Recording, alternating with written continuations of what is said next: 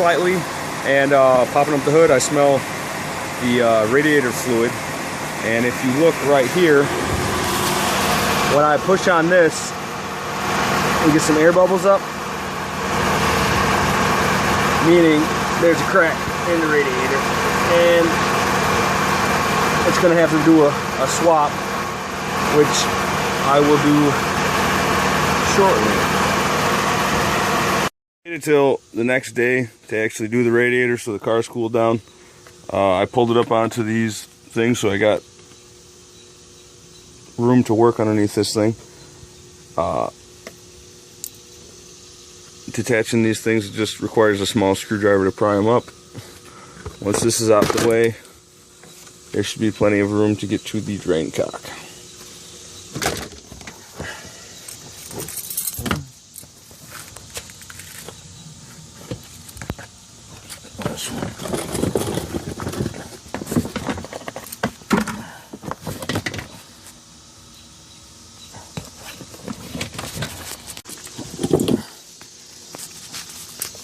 It should be just a matter of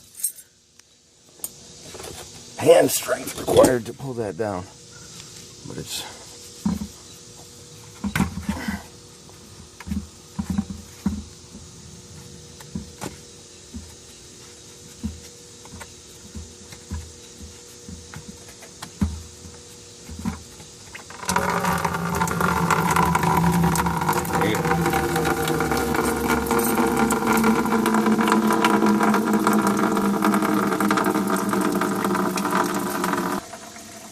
as it's draining, I'm going to start detaching the stuff off the top, starting with this air filter flange.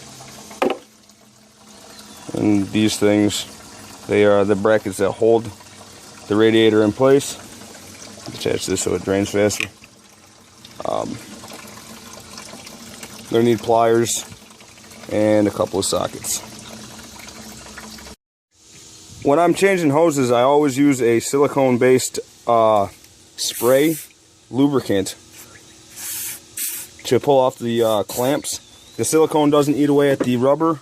It's safe to use, it says, on all surfaces, including rubber, and it makes removing the clamps and putting them back on much easier. Next step is hose removal. I'm using a set of vice grips, but any pliers will work.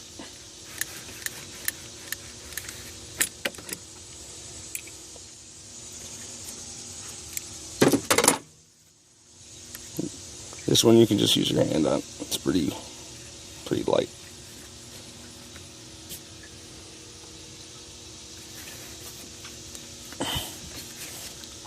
Bam. Pops right off. This one pops right off. Top hoses are disconnected.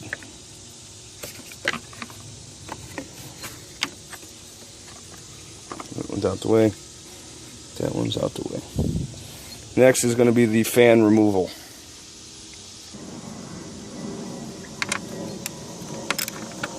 The socket size for these top ones is a 10 millimeter.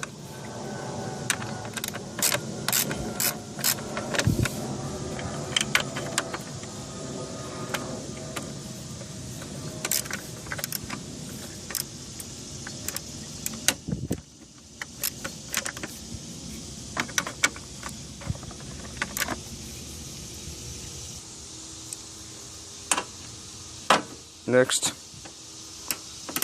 these brackets, and this is a size 12.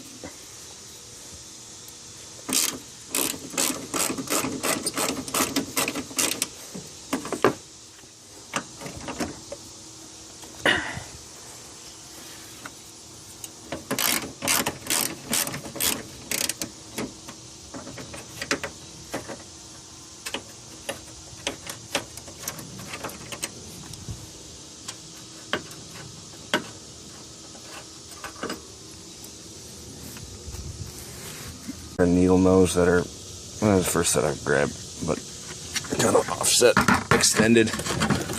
It worked pretty well for this. If you don't have these, regular needle nose will also work.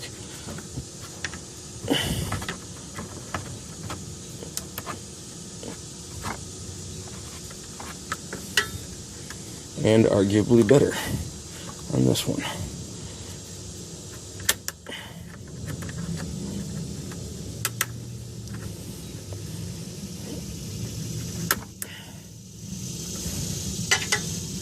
Okay, that one's off, and this one's almost off.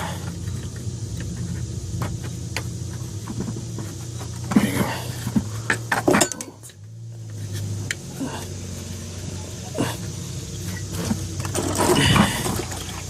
Once I popped the hoses off, I curled them upwards on both sides. I don't know if you can see that, and that. So now they're not dripping. The last one to take off is this main hose. Whatever that is. There you go. And then the radiator should come out. There's a fan electrical clip right there. If you pop it off, it just requires a little bit of pressure on the detint. I believe that is the last thing holding this in place. It should pull out now. Bam. As you can see, the fan system's still on it, but I've disconnected them, so that should come right off. There you go. It's easier to take these off in one piece usually, and then reattach the fan to the other radiator. As you can notice, I have the old radiator, a new radiator, and a second new radiator.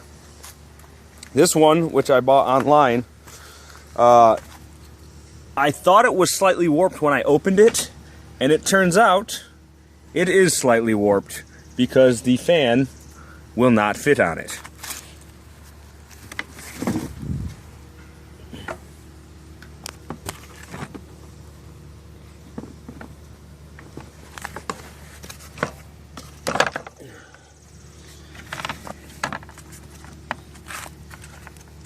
Obviously, I bought it for the right year, make, and model. It just doesn't quite line up. It should, but I said earlier it seems slightly warped, and it is. So I went and bought a new radiator from not AutoZone, Advanced Auto Parts, and I already checked it, but this thing does fit just fine into it. So I thought I was going to be slick and save some money by purchasing it online, which honestly normally works. I've only had a couple issues doing this, but the online radiator cost me 45 bucks, which obviously don't work. And the new one from AutoZone is about 145. However, it works. So generally I like to save some money, and I will be getting my 45 bucks back from that the janky one. However, sometimes you gotta go with a quality part.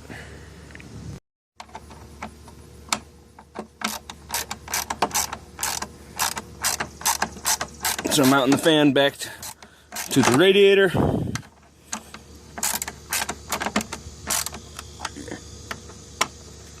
These size 10.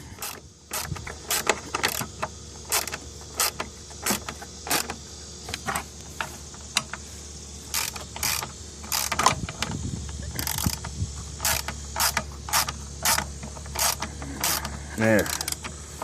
Just still a little irritated. You get what you pay for. I had to waste another 2 hours finding this stupid part because I went to one that they said they had it online and they did not. I had to go to another Advanced Auto.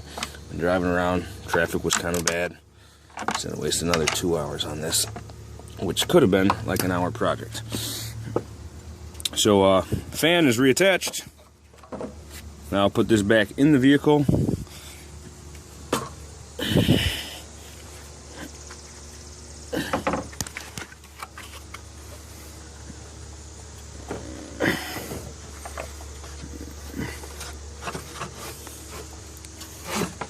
Alright, it's back in. I had to set you down there for a second so I used both hands. There was some plastic parts that are in the way, but it's not too hard to get back in.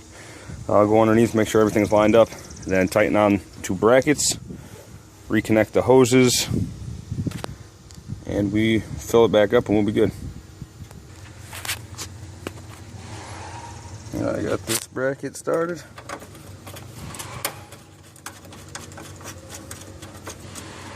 I'll put this one started. I got the bottom ones in the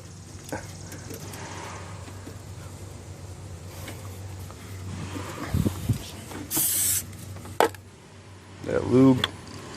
Put this hose back. You see how easy it slides on when you use lube? There's almost no binding.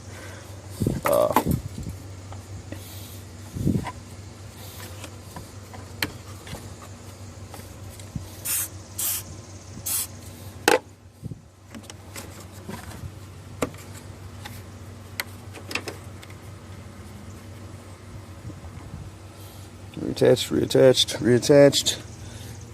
This clip goes back on. So the fan will kick on. Couple. Size 12. Let's reattach these. Get them tight.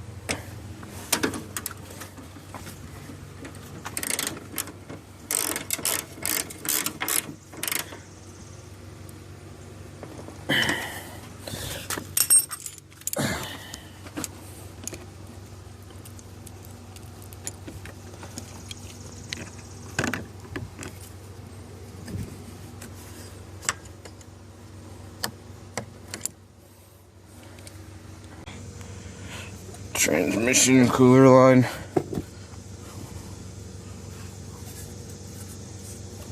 Kind of dripping on myself, but it should go back in, no problem.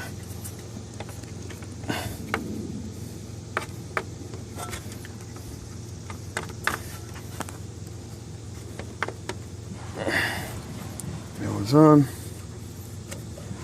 Pop this one off.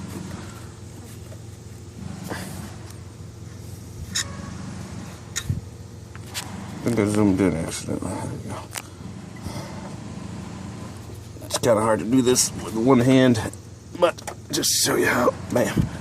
There we go. Make sure these are tightened. They should be tight already, but just I'll double check it.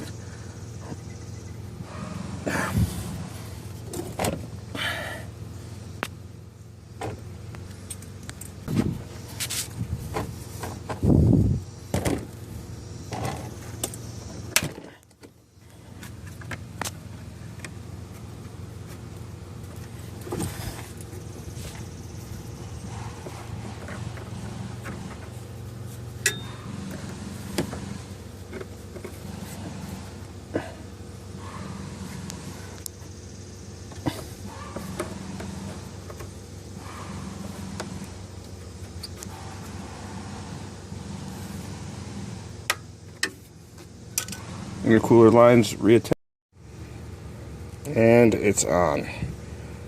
Now it's refilled, car's running. It doesn't appear to be overheating.